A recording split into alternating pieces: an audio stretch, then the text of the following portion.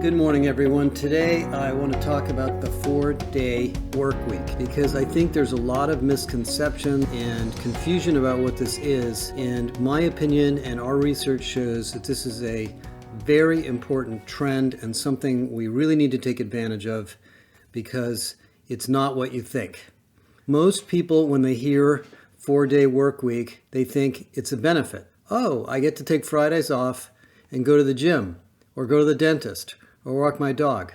No, that's not what it is. Many years ago, if you think about how work has evolved, in the 1800s, people worked 7 days a week. And then as we moved into the industrial age, in the early 1900s, it was Henry Ford who mandated 5 days a week, a 40-hour week. And in 1938, the federal government passed a law that the typical work week from a regulatory standpoint was 44 hours a week. And over time, because of automation, because of business model enhancement, and a variety of technologies we've used, the number of hours you need to work to generate a particular amount of outcome, output, or revenue comes down. And as most of you have heard, and you've seen the charts on this that I've shown a lot of you, this is going to continue to accelerate. So what is up with the 5-day work week? Most people believe that a 4-day week means taking 40 hours of work and doing it in 32 hours. And what used to happen in most companies that tried this, and a lot of companies tried this in the 1970s and the 1980s, was that people got burned out and they said, look, I'm doing the same amount of work, I can't come in as much time, so now I'm working in the evenings. No thanks, I'm just going to keep my hours as is. But this new approach is different. It's called work time reduction. And what it's really about is eliminating the wasted effort, the wasted time, the miscommunication, the lack of clarity, the lack of accountability that wastes time at work. And what our research shows, and Julia, our analyst, actually has studied this, and we just wrote a big report on it, working with the Work Time Reduction Institute consulting firm, is that companies that do this have found extraordinarily increases in not only employee satisfaction and employee well-being because they have more time, but they actually are getting more work done. Their productivity goes up, their revenue goes up, their profitability goes up. So let me just give you a little bit of my experience with this. Most of you know I'm in my late 60s. I went to work in 1978. I worked for IBM, I worked for Exxon, I worked for a bunch of other companies, software companies, and I've been rethinking what my work experience has been like over the years.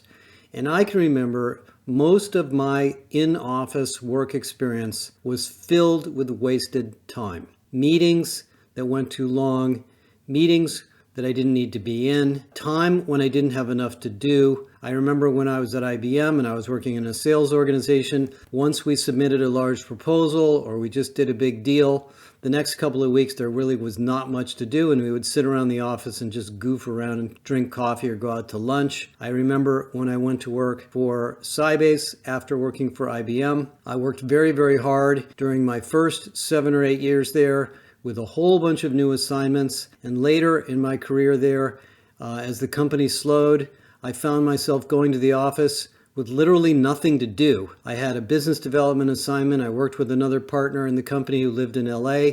We closed a couple of big deals, and we literally didn't have that much to do during the day. And, I used to go home early and to coach my kids' soccer teams, but the company didn't really allow that. It was just a company that wasn't that well managed and nobody knew what anybody was doing. Later, when I went to work for Digital Think and worked for a startup, we had an environment with an open office. I used to drag myself into San Francisco in the early 2000s. It took me an hour to an hour and a half just to get in, an hour to an hour and a half just to get home.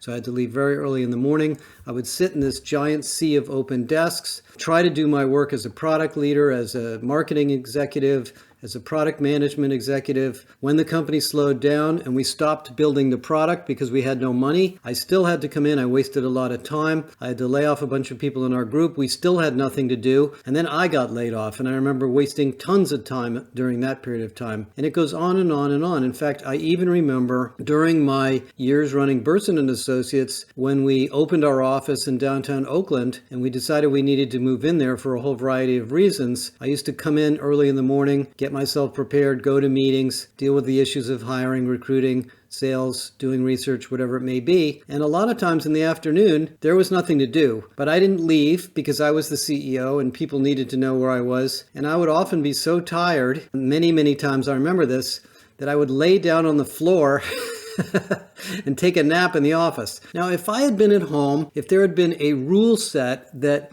sort of encouraged 4-day-a-week work, this wouldn't have happened. And so if I just think back about my career, which has been, roughly 40 to some odd years, I think I've probably wasted 20% of my time easily, maybe more, doing things, going to meetings, sitting around the office, talking to people, going out to lunch that yes, was good for collaboration. Yes, was good for teamwork. Yes, was good for communication, but a lot of it was wasted time. And so what the 4-day work week does, if you look at the companies that are doing this, and we have a whole tool set for you, and we'll be happy to talk you through it as a company, is it is a way to reduce wasted time, allow people to be more clear on who's accountable for what, jettison work that is not producing value or perhaps just getting in the way, and be clearer with people about their outcomes and their performance and their productivity. And the reason it has such high outcomes is that people feel better when they know they're getting something done,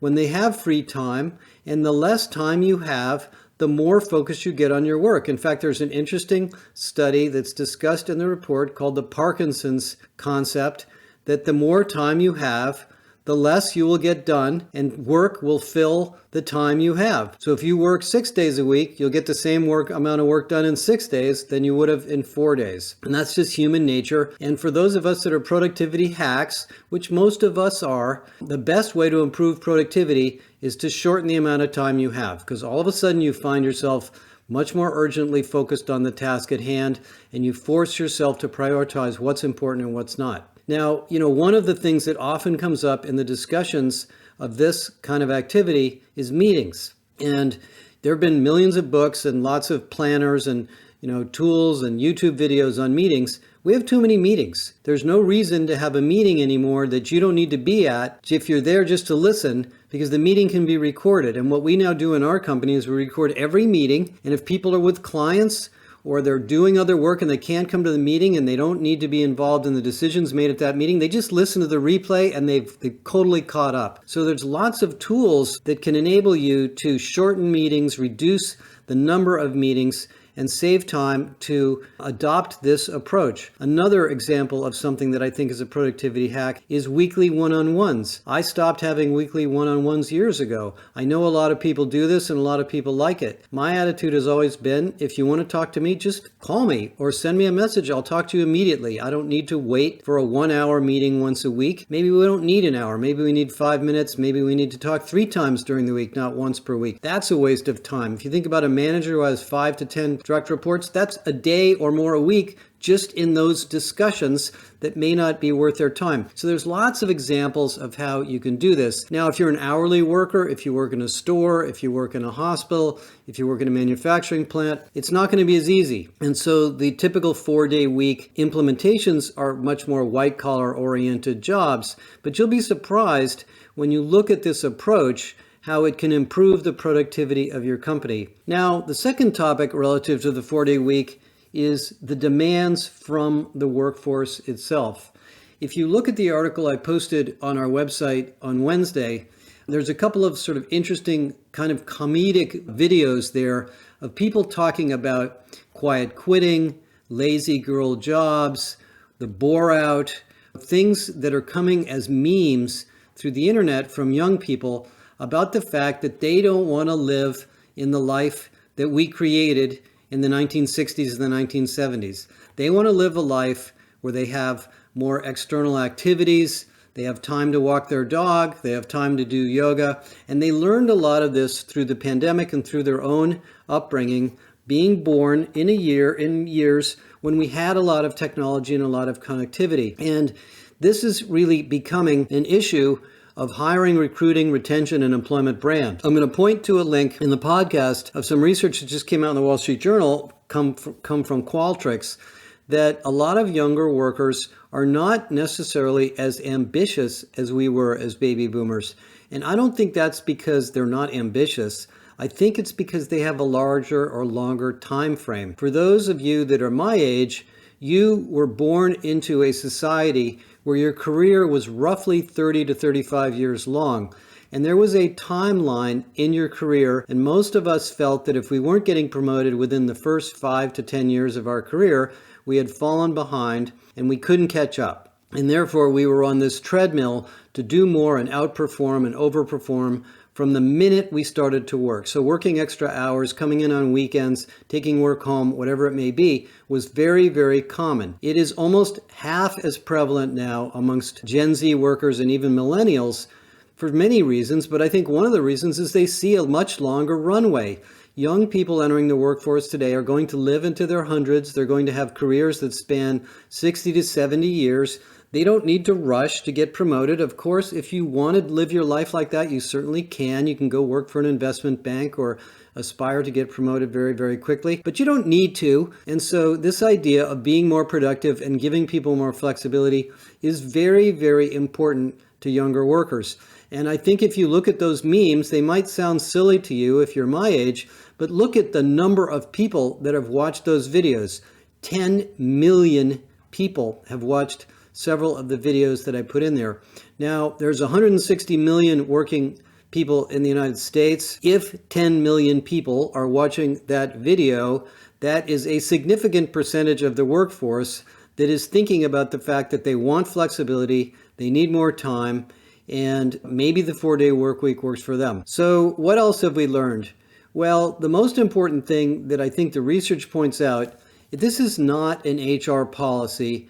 This is an initiative. This is a corporate initiative to save time, reduce wasted energy on projects and meetings and activities that are not core to the company's mission, and to give people autonomy and a sense of agency in their job. I think one of the reasons a lot of us spent our time in the office as young people is we felt we had no choice. We felt we were going to be held accountable if we didn't show up. We thought it was going to look bad.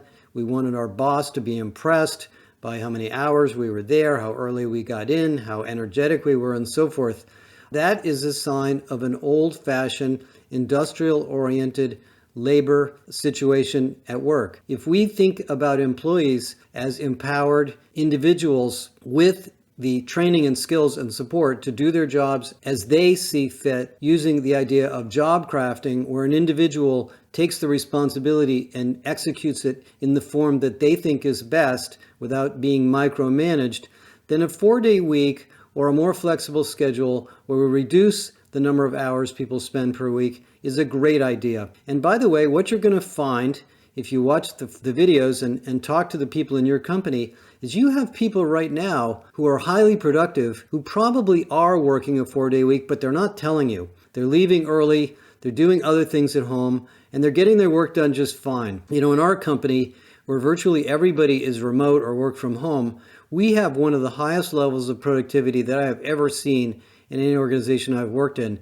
And we don't tell people to work on weekends. If they decide to work on weekends, that's completely up to them. But we don't send emails, we don't have meetings, we don't work off hours. Very, very unusual that we do that, because we know people are going to be productive in their own unique way, and we give them whatever tools they need. I can't tell you exactly how many hours people work in our company, but I think there are days and weeks when people don't work many hours because they know they can get their work done quickly, and they've been given the flexibility to manage their time the best that they can. And of course, you all know that we all have personal lives. We have kids, we have pets, we have gardens to take care of, elder parents, exercise, variety of things we want to do with our outside lives.